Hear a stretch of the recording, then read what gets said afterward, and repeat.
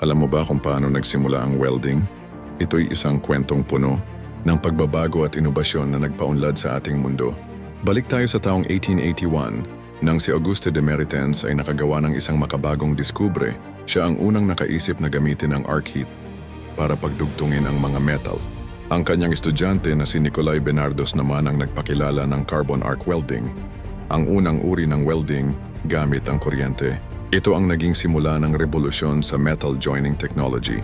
Pagdating ng 1900s, isang malaking hakbang sa teknolohiya ang nangyari. Si Oscar Kjellberg ay nakaimbento ng coated electrodes. Hindi lang ito nagbigay ng mas malinis na resulta, kundi naging mas matibay at mas ligtas din ang proseso ng welding. Isipin mo, dati napakadelikado at mahirap ang pagwe-welding.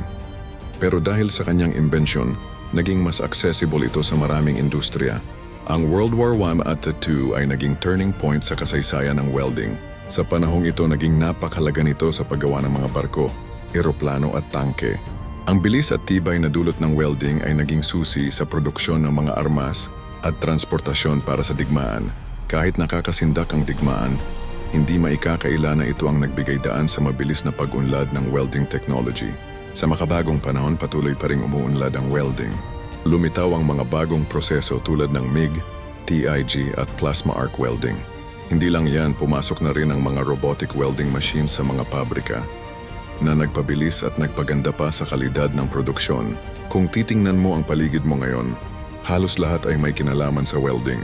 Ang mga matataas na gusali na ating nakikita, ang mga sasakyang ating sinasakyan, ang mga barkong nagdadala ng mga kalakal, at ang mga makinaryang ginagamit sa pang-araw-araw, lahat ng ito ay umaasa sa welding.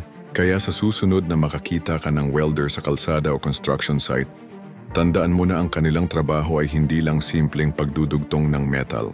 Sila ay bahagi ng isang mahalagang industriya na literal na nagbubuklod sa ating modernong mundo. Sa katunayan, kung wala ang welding, mahirap isipin kung ano ang itsura ng ating mundo ngayon.